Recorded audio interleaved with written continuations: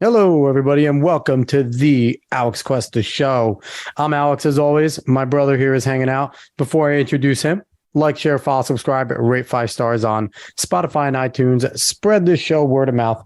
Go find us on the socials at the Alex Cuesta Show, wherever you are on social media. Today is Friday, January 13th of 2023. If anyone's keeping score at home, we're late, as we happen to be every once in a while, but there's good reason. I have a mini family emergency, but everything's okay. David, hi.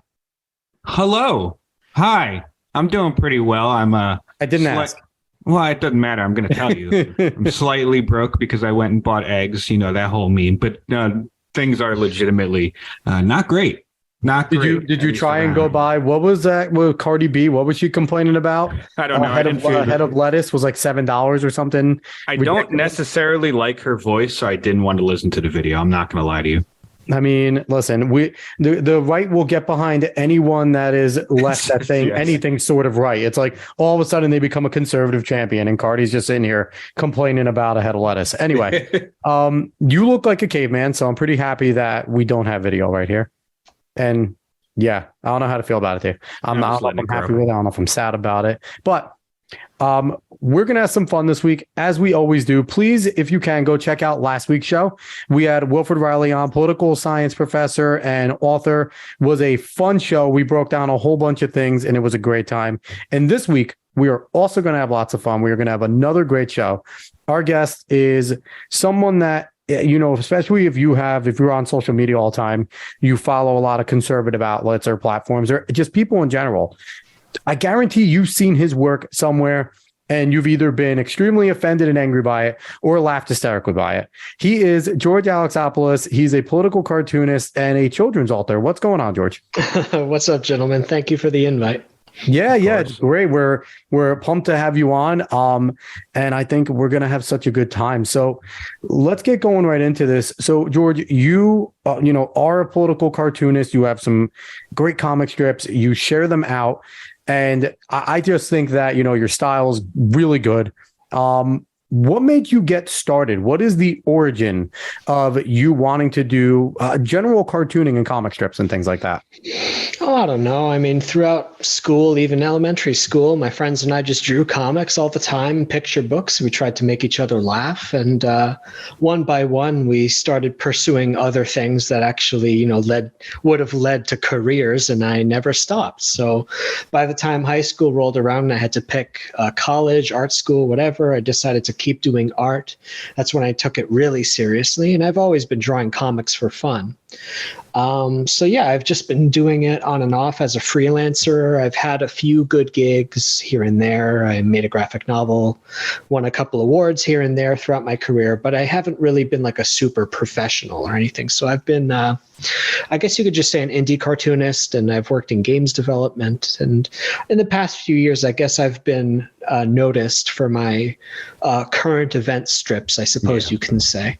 So it's not really like a full-time job for me, but I just do it because, it's, as an artist, just art and comics are sort of like a diary, so I read the news a lot. I think about the news, and this is what comes out of my crazy pen sometimes, and people seem to like it. Yeah, and I know that you've brought up on Twitter before how these political comments that you've blown up on Twitter for, that these are more warm-ups for you. Usually you're just using these as a way to kind of put like a satirical thing down, something that you just read about, and then that's a warm-up for other art that you genuinely want to more work on. At least I'm pretty sure it's what you've tweeted out before, which I think is honestly awesome, because the comics themselves look good. And I mean, especially with the way a lot of art and animation is done now, like you just blow them out of water because that ridiculous style that they go with just looks so bland now. Like the New Yorker style. Yes. Yeah. I think it's part of it is my background is in like concept art and games development and serious comics, let's say. Even though I never really made a huge professional splash, I've taken it very seriously. So like I studied color theory and all that stuff. So my comics don't look like the usual political comics because I never really set out to copy that style unless I'm making fun of them. Yeah. So yeah, they're my warm-ups in the sense that I try not to worry too much about, like, there's memes of like George can't draw hands, for example. And the reason for that is they're kind of hard to draw and they take a lot of time. So I guess because they're my warm-ups, I don't spend too much time worrying about every last detail. But yeah, the serious stuff I work on isn't very memeable. It's not very viral, you know, so it's kind of funny that the thing I don't try on got popular, but the things I do try, you know, I get a few hundred nice readers and they're very kind to buy my books. Yeah. So I'm just trying to find a way to keep myself happy as a creator, but also keep the audience happy, because I know they want strips. So I'll keep doing those. So how old were you? Because, you know, you said you were drawing in elementary school, middle school, and things like that. How old were you? Because I've had friends that, you know, are good artists, but they would never want to share it. They'll do doodles and you'll look at it and you'll be like, this is awesome, but they won't put it out there. When did you kind of start doing this and realize it's like, you know, I'm not just decent at drawing. I don't suck. I'm actually pretty good. And I want to share this with people. Like, when did it click that it's like, I'm actually really good at this and people should see my work because I'm good at it? To be honest, I still think that how do I put this without sounding like a dummy? I'm always trying to be better. So I never want to be satisfied with my style, if that makes sense. But yeah. I think artists always hate their work the most. Yeah, I don't want to use the word hate, but like when I don't meet my own expectations, I'm always embarrassed. And, you know, my wife has to hear about me saying like, oh, I hate my art, I want to quit. And she's like, shut up, George. So like, I'm not going to quit. But yeah, like around high school, I would make these really long, like I used to read manga a lot. And anime. We are big manga fans and anime fans here. Oh, great. Huge. Yeah. We've had shows dedicated to it. Good. So I'm sure we all speak the same language. Like, we all speak weeb and otaku. Okay, good. So like Dragon Ball was huge. I used to read all kinds of manga. I would go to the city and to New York City, they would have these trade paperbacks before graphic novels were a big thing. So I'd buy like Blade of the Immortal and all these like pulp, but I think it was a thing of Viz. I can't remember. Anyway, Vagabond and stuff like that. So I got really into manga. I wasn't very good in high school, but I kept making my own manga thinking, oh, I want to do this because it's fun. It's my way of... I loved anime so much, I want to make my own. So, but then, you know, college rolled around those years and I said, okay, maybe I can do 1 year of art school. I want to go to art school. I couldn't afford it, unfortunately, but I kept practicing. I kept wanting to do it because there was nothing else I was really good at or passionate about. As for when I got good, I mean, there were periods when I thought I was decent. Like, there was a company called Tokyo Pop that was doing original English language manga back in the early 2000s, and they published one of my graphic novels. And at that time, I thought I was good, but now looking back, I hate that art. So I'm sure in a few years, I'll look back at what I'm doing now and say it's awful. That's just the way it is. I don't know. People are kind and they say my stuff is good throughout different generations, not generations. What's itinerations of yourself, eras. I guess, or you know, like I'll win a random award and I'm like, wow, that's awesome. Yeah. I thought that sucked. But over the years I've realized, you know, it's like even the children's book that I put out, it's not something that I would consume. Obviously I'm an adult, but I hear about like parents saying that the kids want to read the book every night before bed. I'm like, wow, these kids really like this book. And to them, it's very special. So I'm thinking in terms of how do I serve the reader? If they're happy, even though I only see mistakes in my art, you know, whatever. But I'm not going to be so strict with myself. Like really, the goal is to make people happy, and I'm so honored. Not to sound cheesy, it's such an honor when people go out of their way to say like, I liked your book, I want to buy your book. It's like, wow. When I was in kindergarten, I would try to make books to give to my friends. Like I have the ninja book that I made. That's awesome, you know? Though. So it's like, 30 years later, I'm still making the ninja book.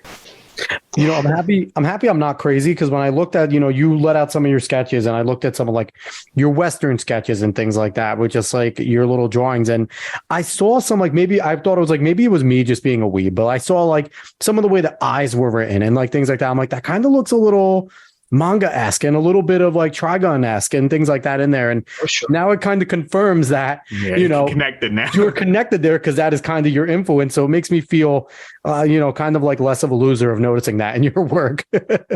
Well, you see, we're Americans, so to Americans, it might seem weebish and loserly, but I mean, comics and manga in Japan is like so, I think, respected, and it's not considered like something to be ashamed of. And even in America, if you say you like comics, it kind of puts you in the stereotype of like the man baby or something like that, or the incel or something stupid like that. But I've always grown up thinking it was manga, even Gekiga, if you've ever heard of that. That was more like for older pulpish men who were like heard of it, never consumed it. Okay, it's sort of, I'm not going to say noir. It's just more like brooding and life is hard, And gotta check it out now. There's all kinds of different genres. There's a genre for everyone in that realm in Japan. Yeah. So I've never, I grew up reading manga. I did not read American comics. So that's what I studied. So I've never seen that there's a stigma. I actually find even now, drawing comics for sort of a conservative audience, I still have to fight them sometimes over even the manga style. Like they'll see content that's like, oh, that's for kids. Or I've teased Matt Walsh from the Daily Wire about like, he was saying anime's demonic. And I'm like, bro, I'll cut you for that. Exactly. That's my job. Don't say that.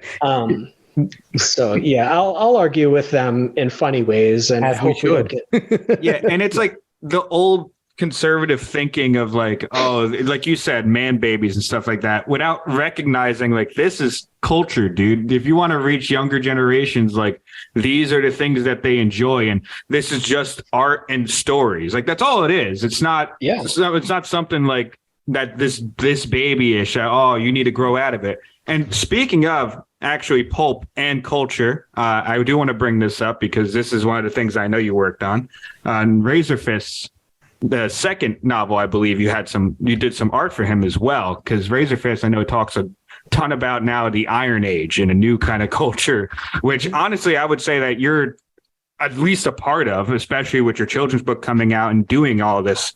I think good art. I know you said a lot about it, but I think it's very good art, and I think it's just enjoyable to see. Thanks. And again, I don't want to sound like false modest or anything like that. I'm going to say I try my best, Yes, that's fair. But I have the book right next to me. It's called Death Mask. And it was, I don't remember who asked who, but I was in touch with him because I saw that we're mutuals on Twitter. I'm like, oh man, I'm such a big fan of your channel, Razor.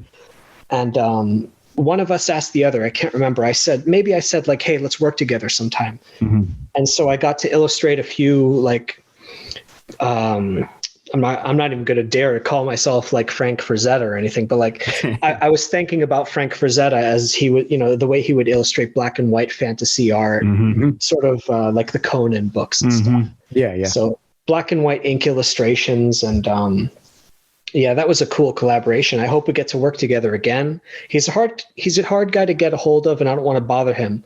But I sometimes poke like, hey, let's make a graphic novel or something. I feel the same way with some of the people that we have on the show, because we're blessed, and in my past shows where I did sports, I've had on some pretty cool people, and it's like, man, I'd love to talk to them again, but they were nice enough to say yes once. I'm not trying to go back to the well and then have them blackball me, but we were, David and I, we were blessed with a dad that was nerdy in a way. He was my dad is a dude from the city of Newark that liked anime, read comics, and did not care. And he raised David and I and my sister to just not care and just do what you want. And David and I were both like, we were the original like athlete nerds, where we were openly athletes. I did the whole play football thing and everything. And at the same time, I was like, hey, do you guys see the new Naruto? Like, what's up? And they're like, go away, loser. But it's like, I never cared. Dave never cared. And I think it's a good thing. Now, me and Dave have a little bit of issue with manga anime becoming more mainstream. Like we want it to stay a little less because it's such a terrible culture sometimes, but that could be a whole other podcast. So George, when did you decide, or did you even decide to kind of get political with your strips? Or was it kind of more, I see something going on in current events, I want to put my opinion in it, and that opinion just happens to be more on the right? Like, what was kind of the mold of that? I mean, I've been drawing 4-panel strips. I think I learned recently in Japan they're called yonkoma. So there's like this whole discipline. Yeah. There's a reason they're 4 panels and they're paced a certain way. Even Charles Schultz with Peanuts would pace them. Yeah. I used to do a strip called Bite Size way back in the day. It was a black and white 4-panel strip that was sort of like Charlie Brownish. Anyway, so I would draw that. It was 4 panels. And then I kind of took a sabbatical. And then I started doing the same format using political figures, just as an exercise, just because it was around 2016, maybe a little after. No, it was after. And they were gearing up for some election or something like that. And I started drawing just like the typical blue hair, woke types of people, like they're being dumb or they're saying something about Marvel comics or something. The average Reddit user. Sure. And for a while I was posting on Reddit until they blew up on me. And well, anyway, so I was drawing these strips just for fun and also to find work. Eventually on Twitter, one of my strips really blew up. There was one I did with Joe Biden sucking the black out of a woman because she said, "I'll never vote for you." And he says, you ain't black. I remember seeing that. And that one blew up. But so anyway, so you get signals from the audience. It's like, hey, we want to see more of this. And it's like, oh, so I'll do more of this and less of this, right? And they're like, yeah, okay. So because this is my job, sort of, I want it to be my job. I don't know. I want to give people what they want. And I also want to keep growing as an artist. So I'm playing this little juggling thing with myself of how can I earn a living? And also how can I keep trying new challenges? So I've done 2 new strips this week. I was going to do a third, ran out of time. But I'm not getting paid for it anymore. So I have to figure out what the next thing is. That's all. Blaze, Timcast, Daily Wire, where the hell are you guys? You're on Culture Wars? No, I don't mean to play. No, no. I don't want to play a violin for myself. No, George, I'm advocating for you because your work deserves to be paid. Like you deserve to be paid. I do appreciate that. I will say it's not that I haven't been offered things from people. I'm not going to say who or whatever. I do have a thing about independence though. So I'm just not sure what my next move is. Like for instance, the children's book, it's called Goofberry Pie. Did really surprisingly well. And I think part of something that's been bothering me is I'm doing a lot of sarcastic content that's kind of negative. And then I feel, what's the word I'm looking for? I feel like I should be doing something positive as well, planting seeds. Wholesome. Sure. So the children's book, if this is something people want more of, I can do that and still draw my strips on the side. But I also just don't want to spend too much time in like that dark state of mind where I'm always criticizing. I don't want to always be a jerk. And listening to too much news, I think it does something to you. Yeah, absolutely. I don't know if you guys have had that experience. Yeah, there was a little while where the first itineration of this show was me doing something called The Median, and I was trying to do something different. Then Dave and I just jumped on, did this show, and we mixed in politics, but we were talking about a little bit of everything. I took it upon myself to do a daily show on top of that, where I would pick apart a news article and kind of talk about it and give a synopsis. And that put me in a real bad place because I was looking at political articles every single day and kind of ranting and raving about them. And it wasn't good. Dave even noticed the change. Like I was just an angry dude. And it definitely puts you in a place. And speaking of your children's book, I want to buy it for my 2 girls, but I want a signed copy from you. So I'm going to buy it, but I want it to be signed because when you blow up, I want to be like, hey guys, I'm still making no money off my show, but I had the signature of this guy that makes a lot of money as a children's book artist now. But okay. I want a signed copy. I'm excited. I want to read it to my girls. I'm pumped for that. When there's a thing on Etsy where if you order, you can like leave a note for the buyer. Okay. If you leave a note for me, I'll do it for sure. No problem. Awesome. I appreciate that. So you talk about now, you're doing the sarcastic stuff in the strips, and, Goofberry Pie is a children's book. So it's uplifting, it's positive. What made you want to do that shift in writing a children's book instead of staying in the realm that you've currently been in with a lot of the political strips? The first step I think I took was I had been asked by Lauren Southern to do her ABCs of Morality book. This would have been last year, maybe something like that. So I illustrated that, and it turned out really good, and there was a lot of good feedback. And I remember Jack Posobiec had told me that his kid insists on looking at the pictures all the time. This would have been last year, and I said, wow, the kids like the illustrations. Yes.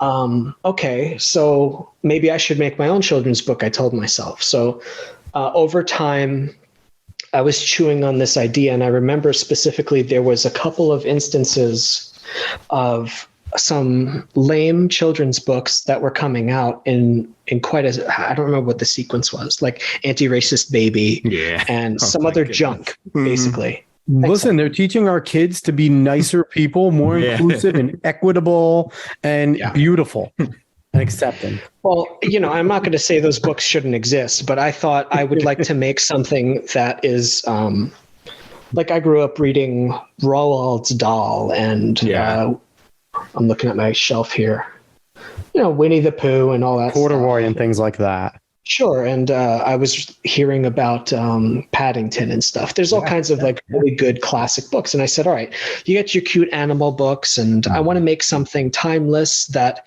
even my critics can't point at and say there's something wrong there, just something sweet and timeless. So over time, I thought I'm going to make a story about a cute little mouse, and he's going on an adventure. And I wrote different iterations of it and started drawing different versions. And over time, it morphed into what it is now, which is, I've been told it's good in the sense of,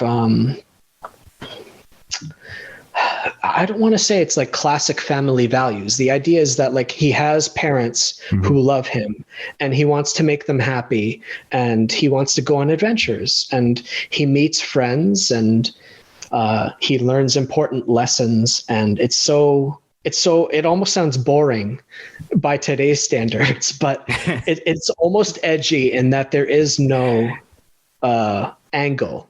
Like even conservatives. Opposite of Disney, he has two parents. Well, it's almost like counterculture at this point to just be normal like that, like you said. Yeah. And what we call normal now, I mean, they would even take offense to us calling that normal. Yeah. And you wrote a nuclear family, which is something that we're seeing actively trying to be dismantled. Yeah. There's so much to say about that. But the intent was that I really just wanted to make something sweet. Even though, like, I'm sure all the parents buying the book, or most of them, know that I have made like rated R stuff, but obviously that's for adults. But I wanted something for our audience, guys and gals our age who have kids now. Here's something sweet for you. And if you want more, here's this guy. Don't Google his name when you're older. But it turns out like Roald Dahl also wrote like horror stories, and he was crazy. But that's fine. So I wanted to make a book. It was an experiment, and I think the experiment went well. So we're going to make another one this spring. Awesome. Good. And we'll see how the series goes.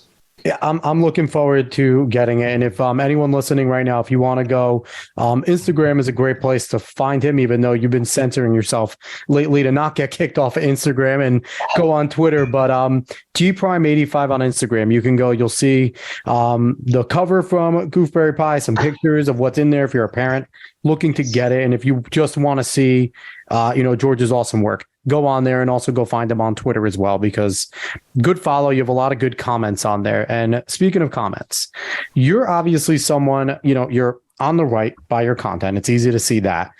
How do you feel right now with conservatives and the battle with the culture war going on? Because you kind of mentioned poking fun at Matt Walsh over like his comments with anime and manga. And Dave and I have discussed that I mean, you want to win the black vote, make a shonen, because how many people in inner city look up to like Naruto and things like that because of like the struggle that they go through, and they see themselves in them in a lot of ways. And I mean, like, how do you feel conservatives are doing right now in the culture war? I know like the meme war is a thing, and there's a lot of conservatives trying. I give Tim Pool credit. He's doing a lot in trying to get involved in yourself with things that you do. But how do you feel conservatives are doing there, and what can they do more to try and beat the left, who has been kicking our ass for the last like 30 years?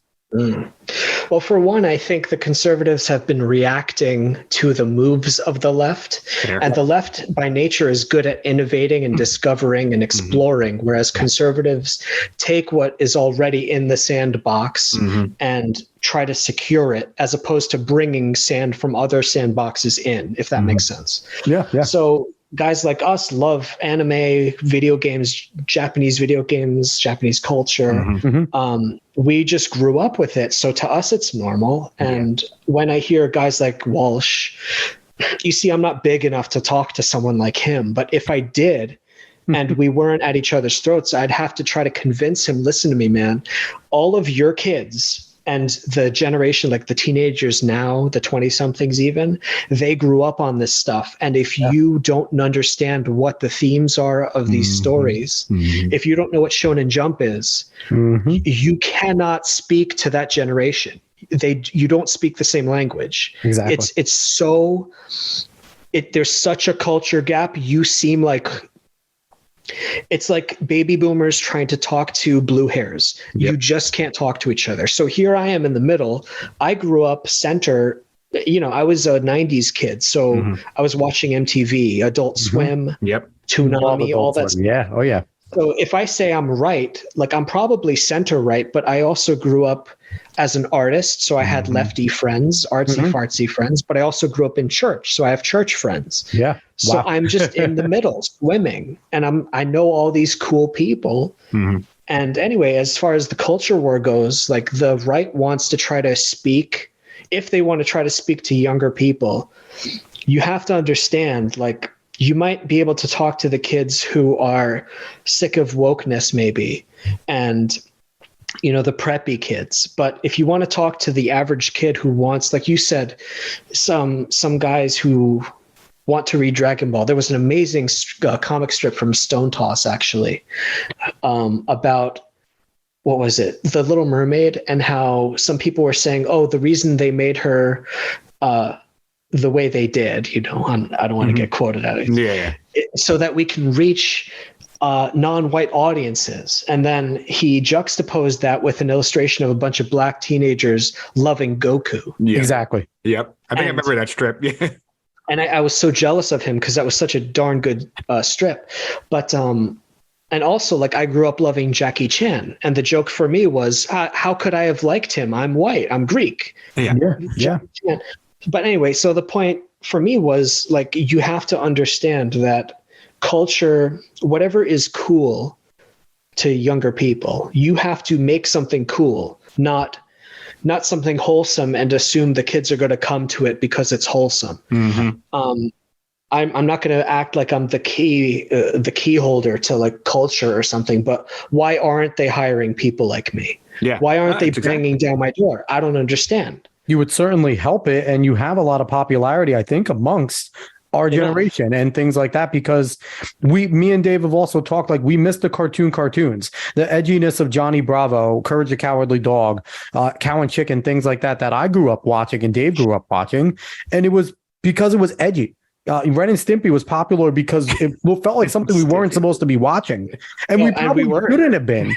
But a whole generation did in WWF, when it was really WWF. Like, that was something we all got into, and we certainly shouldn't. Like, when Al Snow was running out, going, "What does everybody want?" Head with the mannequin. We're all sitting there in 5th, 6th, 7th, 8th grade, yelling it out in our freaking parents' bedroom, and going, "Head!" And it's like, we didn't know what the hell it meant.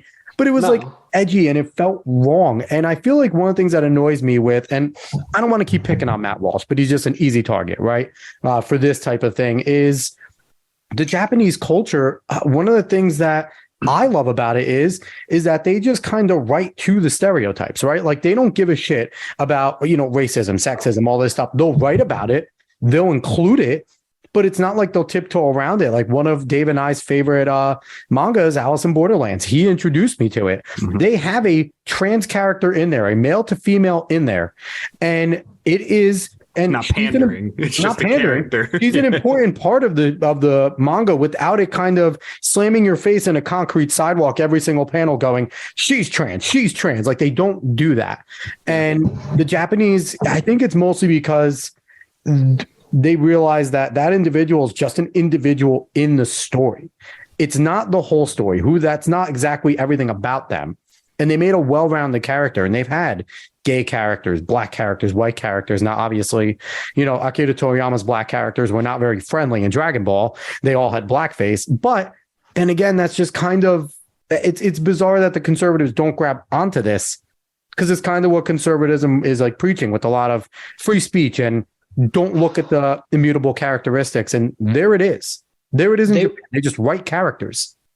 There's that whole they know about demographics in Japan. So they know, like Shonen Jump, we're aiming for young men between ages, whatever and whatever. They know what those guys are interested in. If you look back at Yu Yu Hakusho, or even before that, there was Fist of the North Star, JoJo's Bizarre Adventure. You're already dead. Yeah, this stuff was really popular among a certain demographic. And then there's something called shoujo manga, which is for girls of that same age. So next to me, I have stuff like that. Yeah, I grew up reading both because I thought it was just this whole medium of, wow, there's a romance over here. I can enjoy this series called, like, say, Mars or Karakano. I can also read something ultra violent like Blade of the Immortal, or I'm looking at my shelf Berserk and things like that. Berserk was crazy.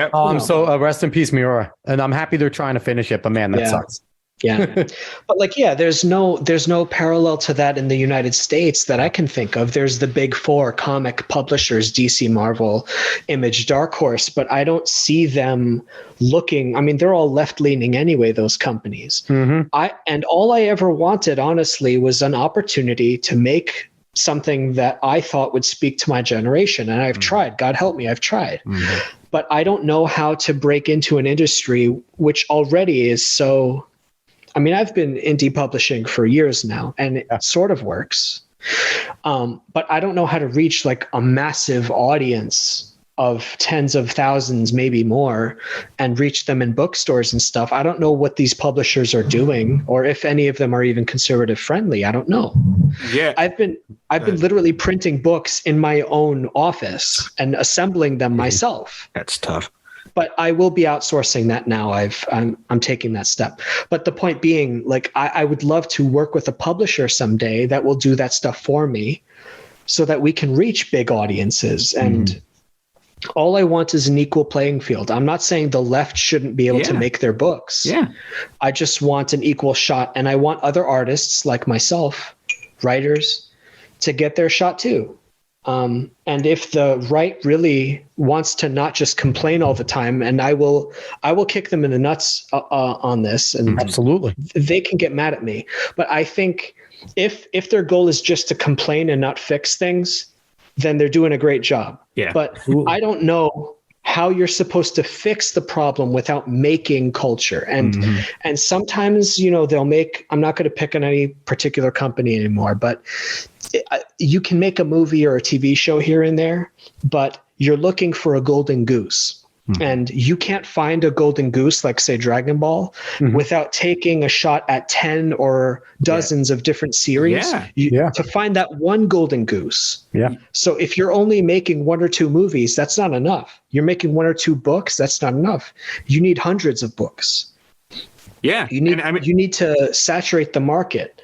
Yeah, certainly. Yeah. And you're talking, and we brought up manga and stuff like that, but that's part of a lot of what happens with manga. There's tons of manga out there, but because so many mangakas are trying to make it, it becomes a competition of what's the best that's going to come out on top. And like you see, like, their culture, and even when starting off, like Marvel and DC, they made a ton of heroes, a ton of different heroes, until one finally stuck, and then eventually more and more stick. But that's the thing, is that you're going to have to, it's not even like quantity over quality exactly, but you're going to have to pump out content until something finally sticks, because people aren't just going to say, oh, they are ideologically with me, I'm just going to enjoy their stuff. That's not exactly how it works most of the time. It's just, if you like it, then you like it. Yeah. Sometimes there's a runaway success, like Chainsaw Man. I tried reading it. It's not for me. I love it. All right. I know about it. But what's interesting to me is if you showed me Chainsaw Man, I never would have thought it was good. But for some reason, or even Demon Slayer before that, there's just some series that take off, and I don't know why. But unless you take risks on these properties, you have to be willing to pump a few million somewhere. Someone's going to have the money to have these IPs and try to develop them. I don't know if it's hard. But yeah, conservatives ultimately are going to have to start, like, we're not risk taking by nature. I say we, but you have to get into the arts. You have to be willing to take risks.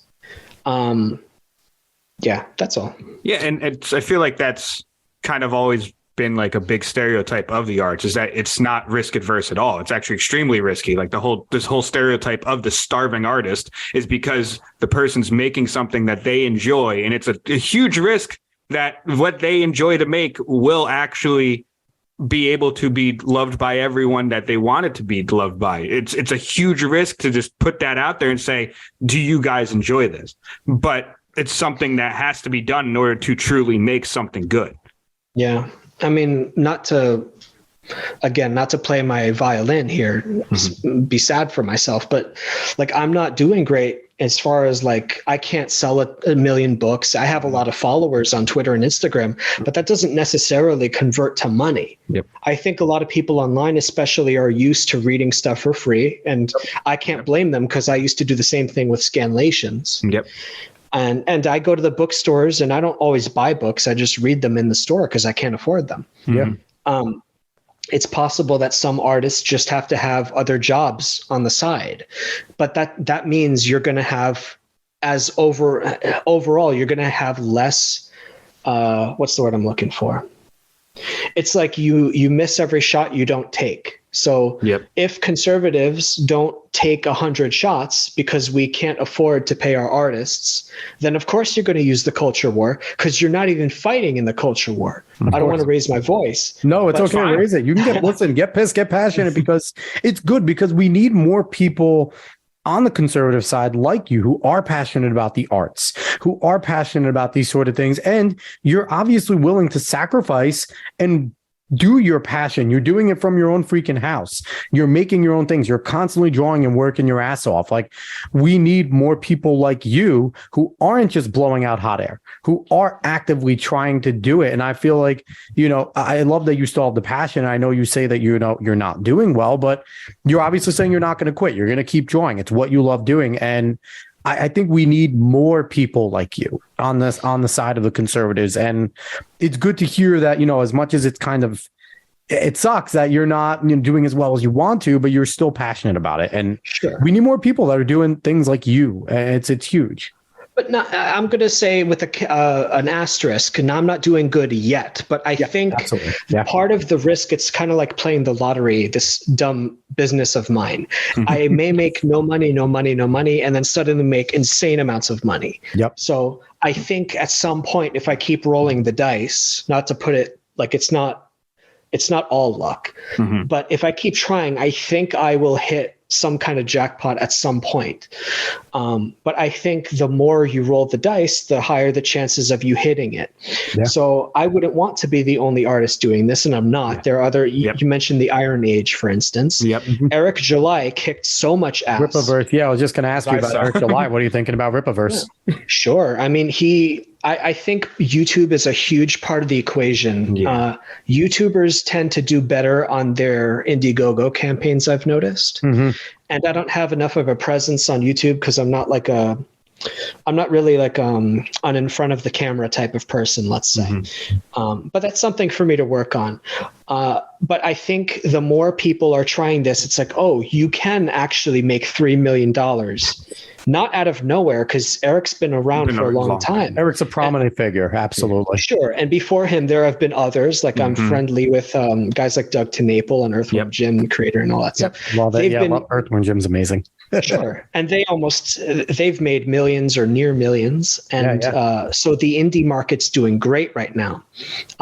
So that's going to be interesting compared to, let's say, the last exciting movement was Image Comics, I'm going to say, in the 90s. Before the big bust and whatever comics history. We can get into that another time. Yep. But now there's this big movement of indie creators owning their own stuff. But now I noticed another problem with Iron Age / even before that, there was other groups. Yeah. We have a problem with fulfillment speed. And I am guilty of this as well, where I'll get paid to make a book and it takes me an extra 6 months because I run into problems or I personally can't afford to spend 40 hours a week making these books, let's say, whatever. Yeah. Or I hate to say this, but like some creators just didn't deliver at all. And I think that's like peeing in the pool. Yeah. And that makes customers hesitant to buy books. So I'm not going to name names, but I think as we mature as creators, we also have to be able to fulfill promises, work faster, fulfill faster, and the quality of the books overall has to go up.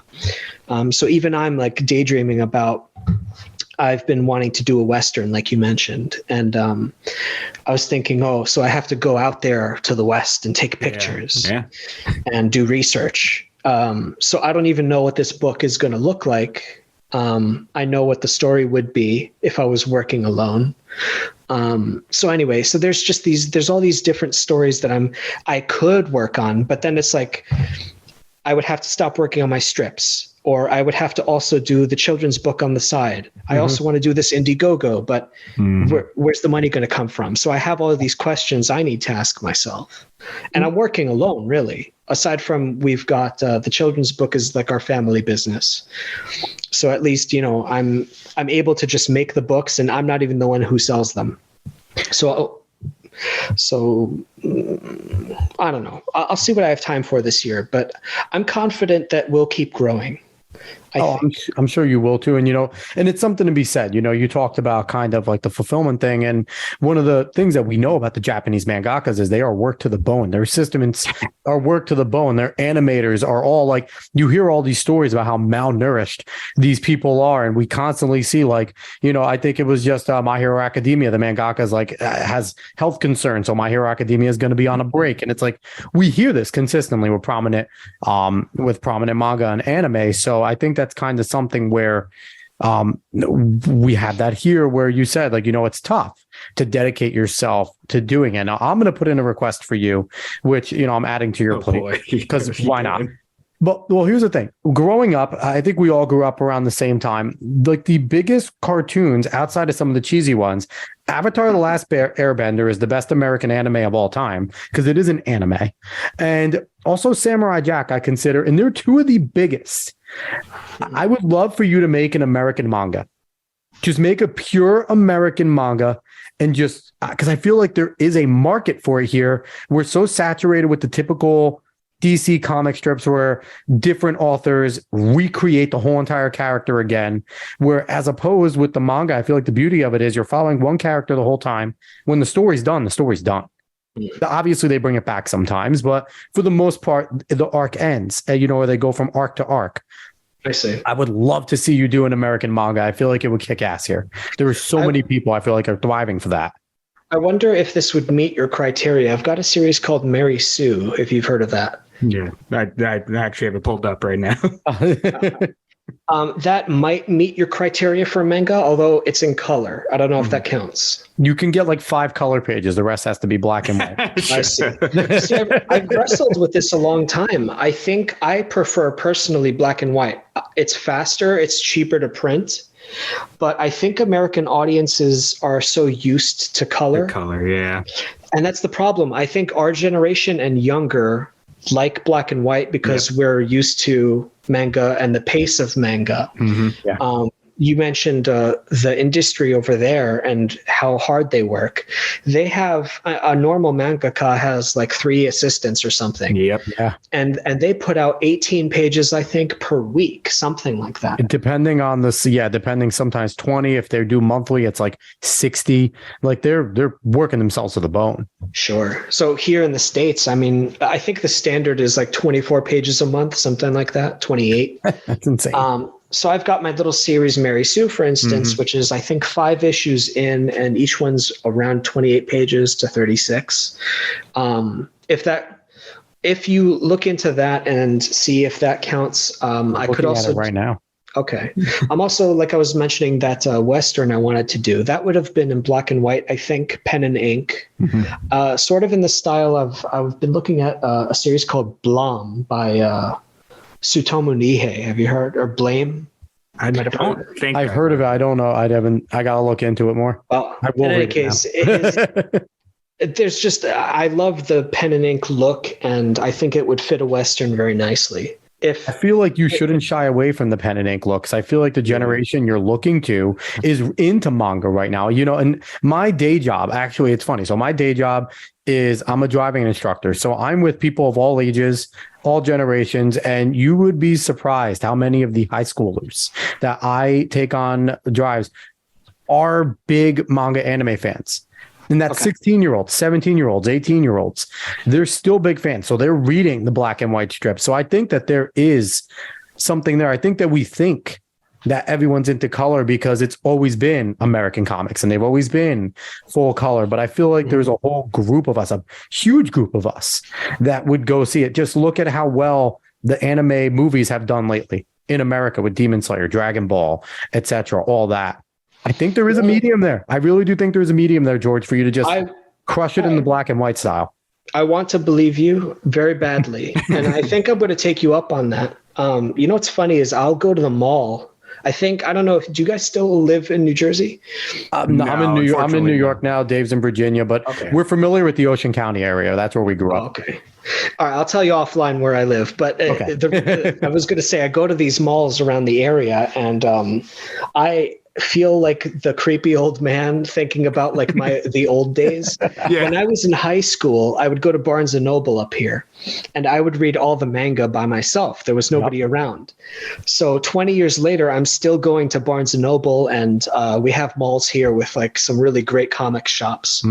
And there's like young people looking in the sections, and I'm kind of like looking and thinking, what are they reading? And also, why are they reading it? Exactly. I want to know what you guys are into, because I want to know what to make. If I had a chance, like I could make a high school romance. I know that that's a genre. I could make a seinen. The shonen, like seinen crossover, I feel like is like big because there's kind of like with Jujutsu Kaisen and things like that. Like it has that shonen but serious aspect. Yeah, like older, like 20-something-ish, violent. Yeah, not the 14-year-old that is, thrust in and gets magical powers and beats the shit out of 50-year-olds. Like not that one anymore. No, I'm thinking of something. If I make something, it would be like a rated R, as in 17 and up, something like that. Yeah. Okay, then maybe I have a series for you. So if you get success, I need no credit. If you don't get success, I will take all the blame. All right, I'm here for that. I can name the main character Alex or something. Name it Alex Georgopoulos and have everyone call him George and have everyone screw it up. And the nickname's George because no one gets it right. How about that? Right, you got it. All right. Yeah, man, I want to think about that. Yeah, dude, I'm happy that we can, I love sparking the creativity there. I love it. So I want to ask you one last thing, because you said you like gaming and stuff. What's your opinion on what went on with Carolyn at Limited Run Games, who was fired when a trans activist brought up that individual followed four conservative Twitter, Twitter profiles. Did you see that? I did see that.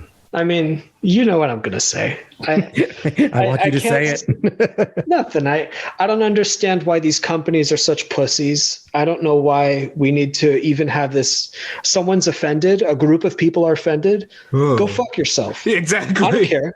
I love it. But, like, I'm offended all the time. There's a game, like, let's say there's Christian people, there's a game about Jesus that just came out that I'm sure is not very flattering. There's video games are a medium. They're not a genre. You can't put them into a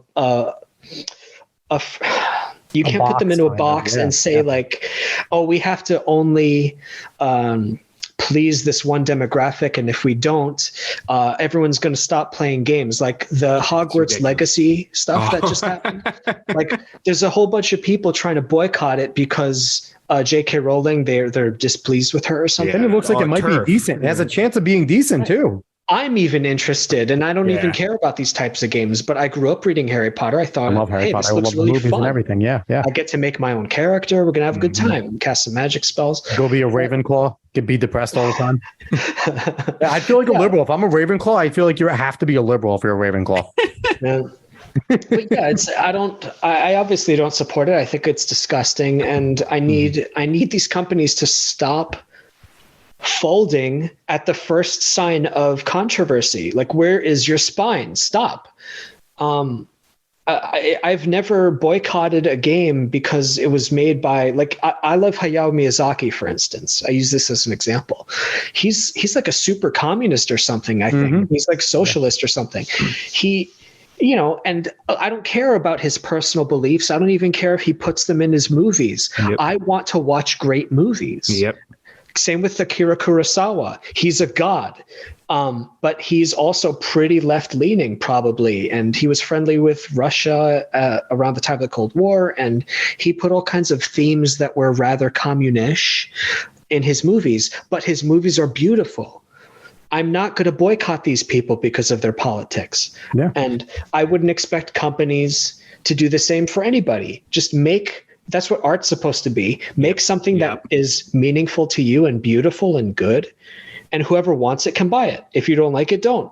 Exactly. And, you got like Hideo Kojima. I don't know what Hideo Kojima's political leanings are, but it kind of seems like he doesn't like America, because he made a whole entire series based on how America is run by the internal, and you need spies to take down a bunch of shit the American government has been fucking up and hiding from the people with major mechs. Like, his opinions aren't flattering. Now it seems like they're coming true. It seems like Hideo Kojima was really onto something. Like Sons of Liberty might actually be real with the Lali Lule Lo, but I digress with that. But like, again, that's my favorite series by far is Metal Gear Solid in terms of gaming. And it's really good. And here's the thing. I've been a conservative on the right my whole life. I see these themes and I don't care. The game's great. I was really surprised playing Ground Zeroes, and then you're invading, I don't remember, was it Guantanamo Bay or something? I think it was Gitmo, yeah. You're asked to stealth past your own guys. Like, I'm like, oh shoot, these guys are Americans I'm fighting. Yep. And I'm like, oh, that's really complex and interesting. Now I'm role playing as a guy who's fighting my own countrymen. Which is cool. Like, we conservatives find that shit cool and interesting.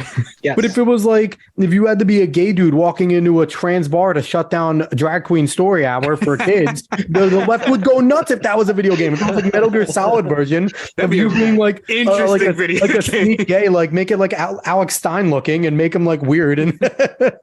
But like they would freak out about something like that. That's a comic strip like there. Make Alex Stein like a weird looking like trans activist stealthing. I don't know why they even act like.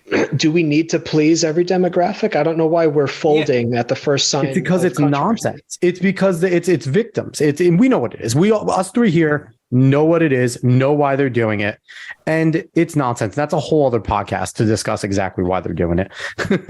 They can't. If someone could contact me and say, "Hey, I'm offended by your stuff," and it's like, "I'm sorry to hear that." Like, okay, like no support my Patreon.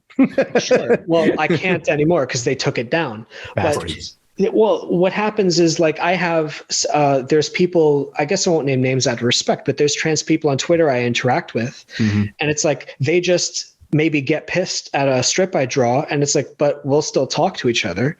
I don't have a problem with you as a person. I'm trying to draw strips from my perspective. I'm trying to, like, the whole point of art is to take the internal and make it external. These are just thoughts. I'm trying to make points. And if you want to make counterpoints, I can't stop you. Maybe I'll even be offended. But I'm never going to look at someone on the left and say, you don't have a right to make your strips. You don't have a right to earn a living making your strips. That's horrible. So I would just ask them to treat me the same way that they would want to be treated, but they obviously don't live by that. We're not playing with it's not a fair game. No, not at all. But I'm not going to get anywhere by treating them the way they treat me. So I'm just going to try to take the high road. Whatever. And continue to do your work, because, I'm not to blow steam up your ass and everything, but you do good work. You do quality work.